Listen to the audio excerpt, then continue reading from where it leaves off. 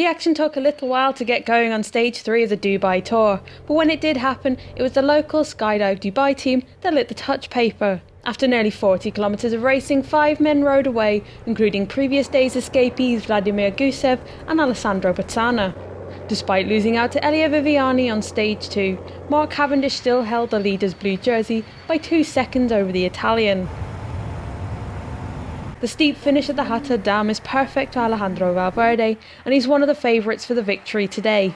At 209 kilometres, it's the longest stage of the race and brings the peloton through the Hajar Mountains. As the terrain got tougher, the leaders became few in number, and only 3 remained with 50 kilometres to go.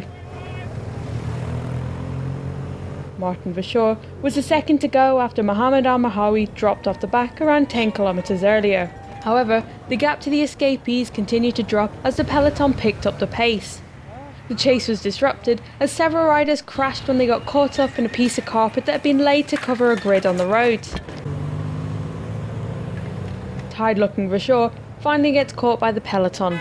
He'll be happy just to hang on to the finish. There was a mechanical problem for Vincenzo Nibali. The Italian had to have a wheel change, but he was quickly back with the bunch after a little help from the magic spanner. The last of the escapees were finally reeled back in with 33 kilometres still to run. Race leader Mark Cavendish was one of those who was unable to keep up with the pace set by MOVISTAR, but he had his whole team back with him and they eventually regained touch with the bunch. Eager to get back to the front, the team raced off, much to the displeasure of their leader. The lull in the action didn't last long, and Skydive Dubai were at it again with Paco Manchego. Manchego quickly established a significant lead on the peloton, but he still had 22 kilometres to the finish. Angel Vicioso Katusha was the next to go, branching out from behind the MOVISTAR train. The Spaniard pushed hard, but he struggled to make any headway on the bunch. Vicioso was soon joined by Astana's Lars Bohm, who quickly dispatched them and set off after Manchego.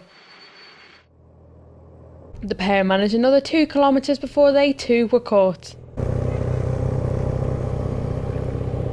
On the final ramp to the finish, Alexei Lutsenko made the first move, but he was no match for John Degenkolb, who came soaring past him. The giant ALPECIN rider had to dig deep on the monstrous 17% gradient. Stage favourite Valverde launched himself after Degenkolb with 100 metres to go, but the German was too far gone and he would hold on for a superb stage victory.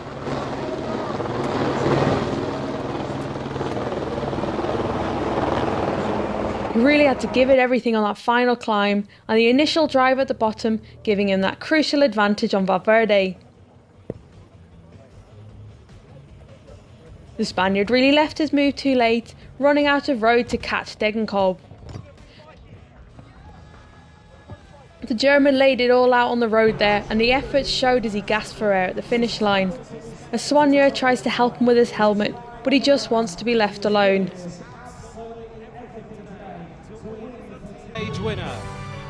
Ladies and gentlemen, the stage winner of stage 3. After getting it wrong on the opening 2 stages, a fantastic win for Degenkolb and the giant ALPECIN team. Juan Jose Lobato making it 2 in the top 3 for MOVISTAR, with Pipo Pizzato taking 4th, and a great effort from Marco Canola to round out the top 5. As we just zip up the jersey on today's stage winner. The victory also puts Degenkolb into the race leader's jersey, taking it from the shoulders of Cavendish ahead of the final stage tomorrow. Degenkolb moves to the top of the standings, but just by 4 seconds over Cavendish. It's not by any means over in the overall classification, with 10 bonus seconds available for the winner of tomorrow's stage. Michael Valgren moved into the lead of the Young Riders competition.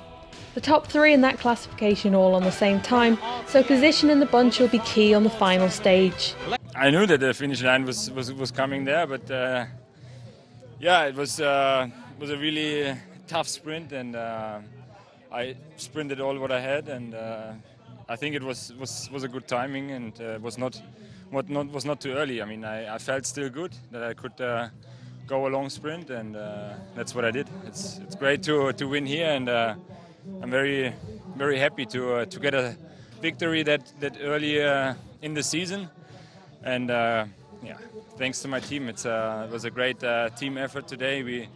we did a smart race, I think, and it's absolutely great to win here.